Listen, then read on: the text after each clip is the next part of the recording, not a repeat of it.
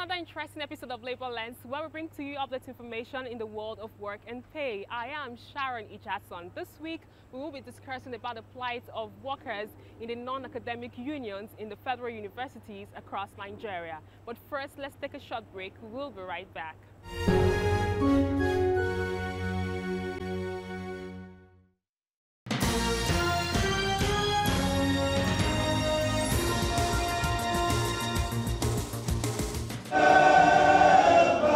It's the 2017 National Executive Council meeting of the National Union of Electricity Employees. Representatives of the various states at this meeting are worried about the privatization of the power sector, as well as the poor power supply in the country. After 4 years of privatization, some of our colleagues who are disengaged have not received their entitlements, and above 1,000 disengaged staffs up to this moment have not received their severance and benefits. So for us, we have continued to engage the government, we have continued to engage the BPE, and which they have promised us that they are going to get it sorted out. In fact, they even told us that they have met with the Vice President and they have written for them to release money for them. So we are appealing and we are telling the Vice President to do the needful, because these are workers that have worked tirelessly to serve this nation, especially in the electricity sectors, and they are dying every day. So government should be able to release their money so that the families can survive. The unionists are not just concerned about the state of power in Nigeria, but also about the welfare of workers. The president of the United Labour Congress, Comrade Joe Ajero, speaks about the newly inaugurated Minimum Wage Committee. Nigerians are suffering. The power situation is not getting better. The minimum wage is not helping matters. And the minimum wage committee and its composition is questionable. Why will you put a governor who is not paying salary into the minimum wage committee? What is he going to do there? Nigerian workers should not be deceived with the pomp and pageantry that associated the inauguration of the minimum wage committee. It may be dead on arrival. On the federal government's plan to take over electricity distribution companies, the ULC president, who is also the general secretary of the electricity employees, wants the federal government to review the privatization deal. If government controls 40% of shares in these companies, and for 4 years, government has not gotten any kobo, and these people are telling them we are not making profit, we are not making profit, that is the politics you are seeing, because they don't want to declare profit for government to pick 40%. And see, government, for 4 years you have a company that is not declaring dividend and you have paid in almost 1 trillion. What type of business is that in this country? You have paid more than what you sold the company to them. You are dashing it to them. So I think there is need for public hearing for Nigerians to come and speak up on what is happening in the power sector. The privatization of power distribution led to the loss of thousands of jobs, and many of the laid-off workers are yet to receive their severance packages.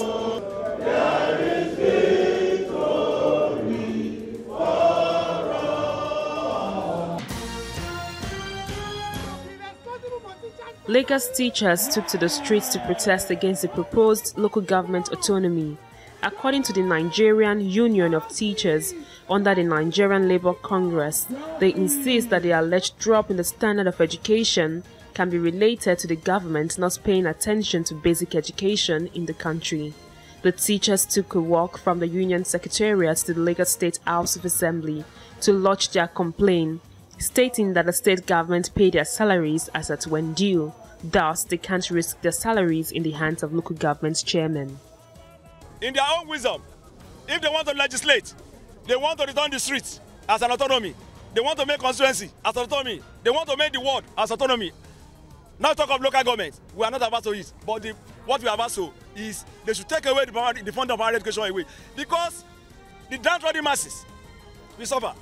The problem of dwindling in enrollment in primary school in Lagos State and in the whole federation started as a result of non-payment of salaries and poor funding of primary education. Council chairmen have been mismanaging our salaries, and we are saying no and no and no for the last time.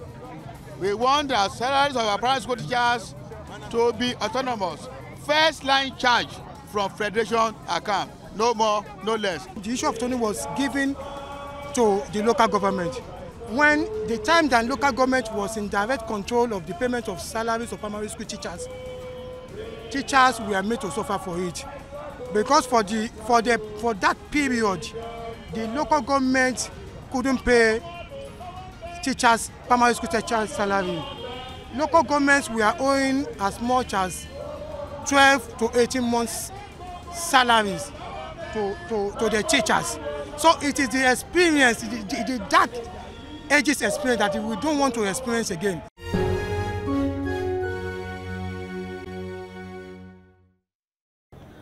The Nigerian universities might be in fresh crisis as the non-teaching staff commenced national strike recently.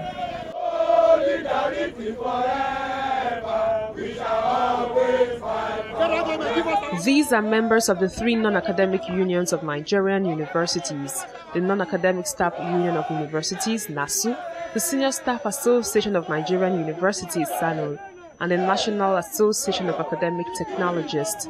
They took to the streets to press home full implementation of an agreement it reached with the federal government in 2009. At the University of Lagos, members of the union said the strike was triggered by the sharing formula approved by the federal government for the recently released 23 billion to universities as earned allowance.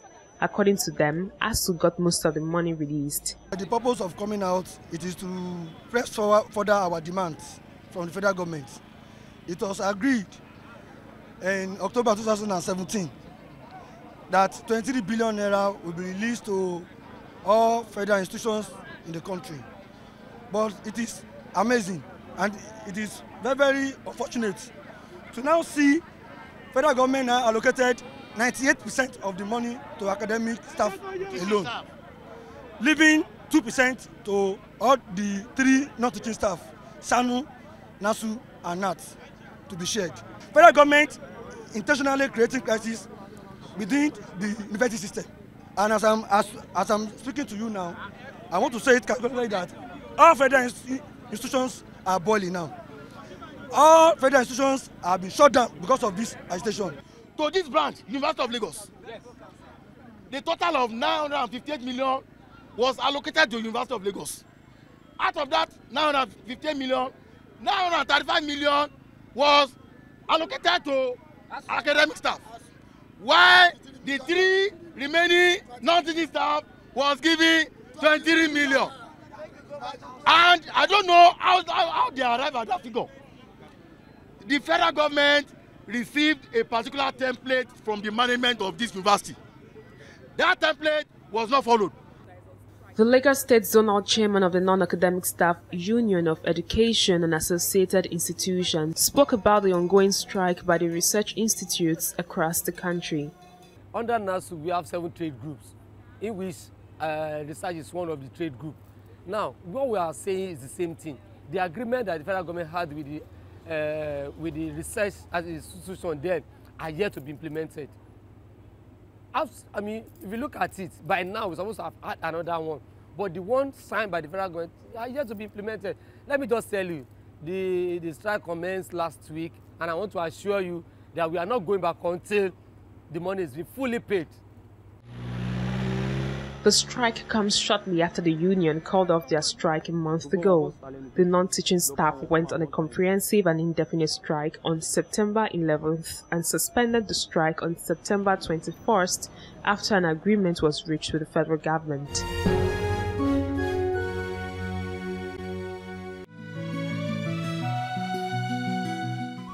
All the members of staff, we are not happy. Everybody is not happy.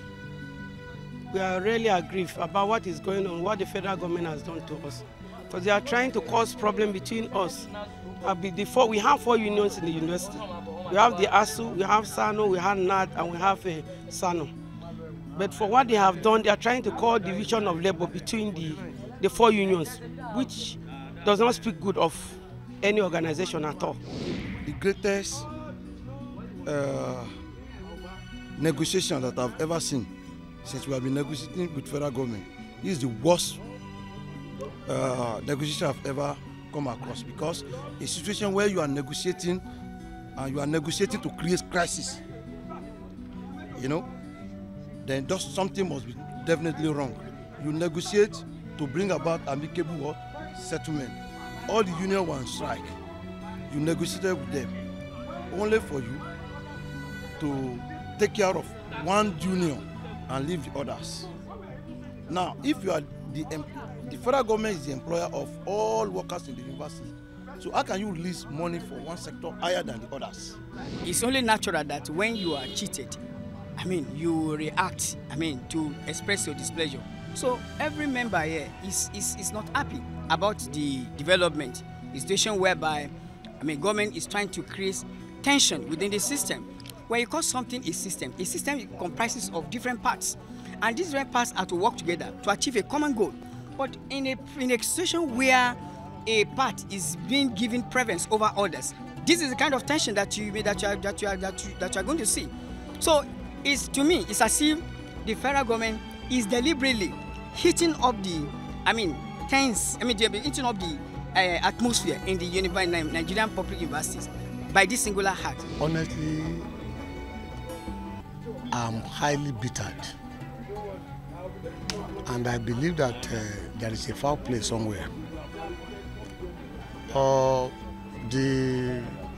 Mr. President, that's Mohamed Buhari, might have not even known the true picture of what that is happening.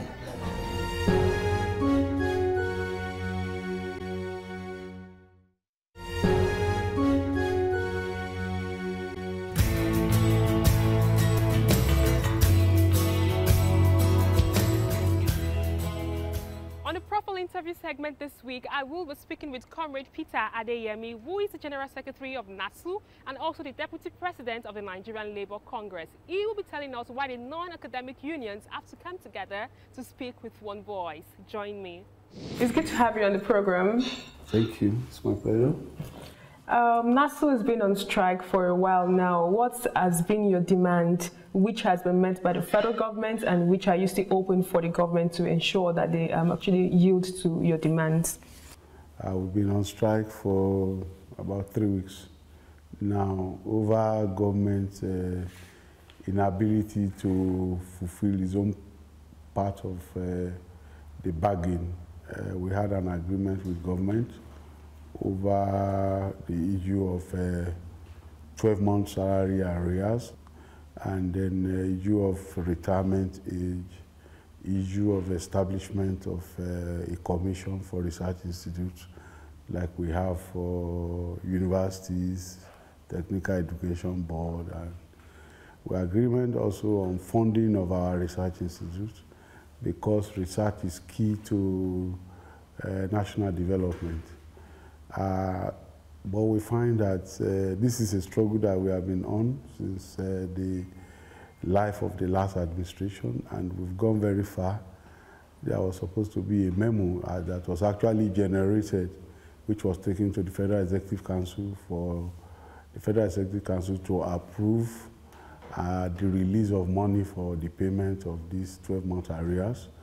We also had a commitment from the then president that all the other parts of the agreement has been accepted by government, and the government will then put in place appropriate machineries for their implementation. So far, we never had any positive reaction. So when that government exited from office, we brought the entire thing to the attention of our current president. And we expected that there would be positive reaction. We waited now for almost 2 years after this government had assumed office. We have not had anything from government, and nothing concrete has happened. We have so much pressure from our members. So that's why we again communicated with Mr. President on this issue, and when we didn't get any positive reaction, the members were put on strike. We have had a meeting with the Minister of State for Labor, who told us that we should give him 2 weeks. The 2 weeks had expired. We have not received any information or any invite from government. So the strike is still on. From my observation, I realized that government is actually still paying non-academic staff workers shortfall of salaries and also fractional salaries. So I'd like to ask, are your members coping with this? Yeah, but it's quite frustrating. For quite a while, in fact, this started in December 2015. We've had to contend with payment of salaries in percentages. In some instances, salaries were paid 60%, 70%, 35%, 85%, and so we were worried.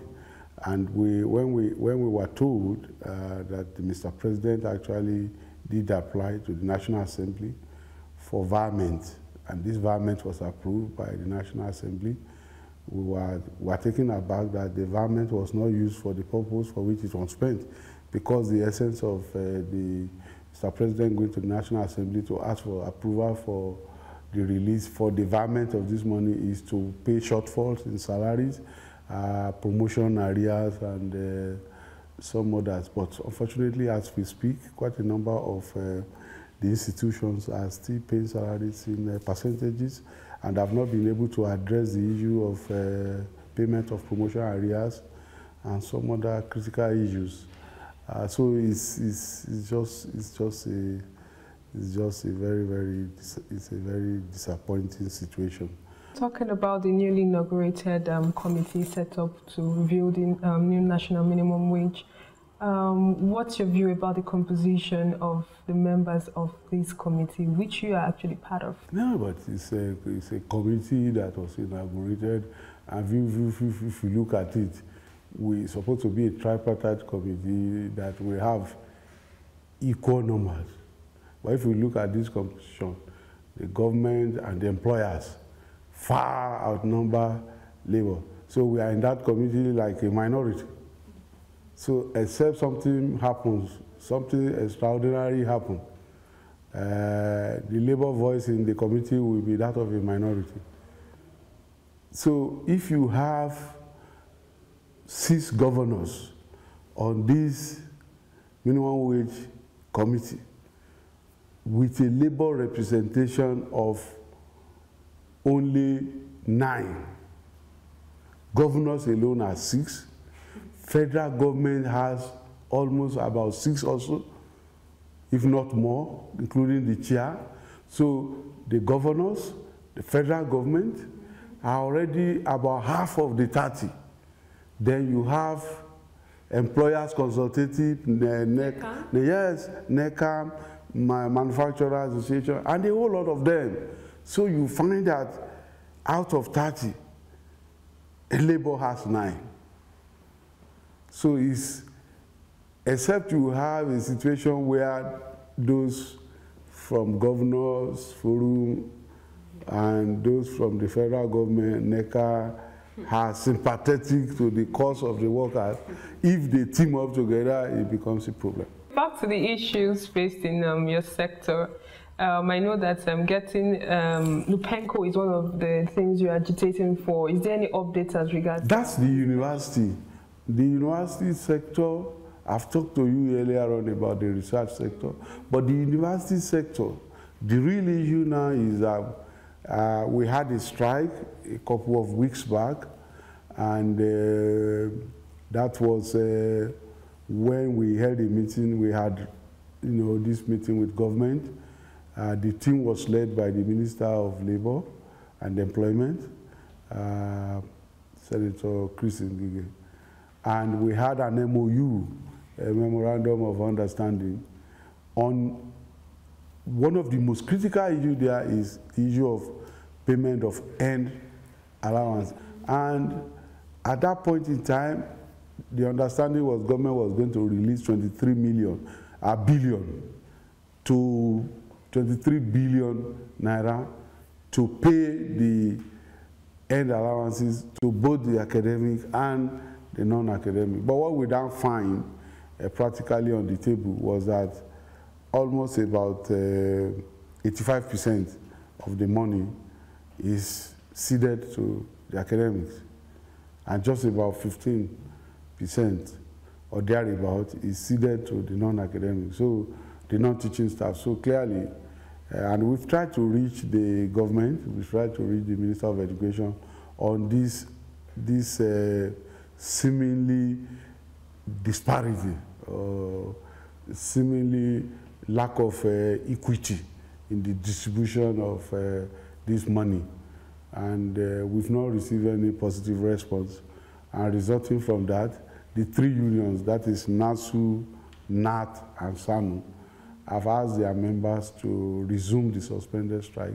Okay, we have so many of your members that are not being paid salaries because they work under probably state governments that's not performing. The federal government has announced that they are going to release another tranche of the Paris Club refund. So I would like to ask you, what's your take about this, owing to the fact that this is not the first time that the government will be releasing money to the government? How do you think the government should go about it? Should they monitor, or is it even the right source to actually offset the bills of workers?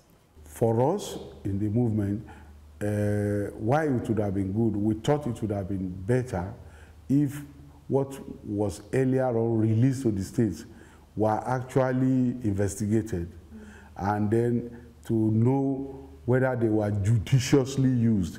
Because if you find out that for quite some time now, the EFCC had gone to states to make arrests because some of this money have been diverted. So we thought that even before this release is done, the previous releases would have been more or less audited to find out how they have been used and why those releases were not used targeting payment of outstanding salaries. So there is also this apathy and the fear, even on our own part as labor leaders, that this next release may go the way of the previous releases. And of course, there's no guarantee that it will not go that way. And the unfortunate thing is that this is the last chance they will have, because this is likely to be the only bonus, the last bonus they will get. And if they miss the chance of using this last release from this Paris Club to defray the outstanding salaries, it doesn't seem to me that there will be another bonanza from where they can pay. And what the implication of that is that there is the tendency for them to carry on these areas until when God knows. And that will be very dangerous. So I think Labour on his own part is also trying to sensitize workers in the various states to say, look, Mr. President has directed. No, don't mind whatever this governor says. The directive of Mr. President is that use this money to clear the areas. Where that doesn't happen, of course, the workers in those states are supposed to grind the place and make the place ungovernable for those governors. Finally, I would like to ask you what can be done to ensure that the non-academic staff workers resume work in earnest? Well, in the Research Institute, it's simple. Honor the agreement that you have with the unions. In the Research Institute, there is a subsisting agreement with NASU, ASURI, and SATURAI. Honor the content of that agreement entered into with government. In fact, we went to the extent of the presidency at that time approving, setting up a presidential committee under the former SGF, Pius Anyin Pius, including the then coordinating minister for finance, Okonjo-Iweala. So we've gone as far as that. Memo has been written to the Federal Executive Council for the Federal Executive Council to approve the release of money. So we've gone so far. So it's just for government to, fulfill its own part of the bargain the strike will be off. For the university, the one that is going to happen in the university, the government should, if they have actually released the 23 billion to pay academic allowance to ASU, they should develop the will to also release money for the payment of end allowance for the non-teaching staff. It's also a commitment. So if you pay the academic, you have to pay the non-academic. Pay them what is due to them, and there will be peace in the place. It's good to have you on the program. Thank you for having me. It's my pleasure. And that's all we can take on this episode of Labor Lens. Join us next week for a fresh edition of the program. I am Sharon Ijason. Thanks for watching, and remember, labor creates wealth.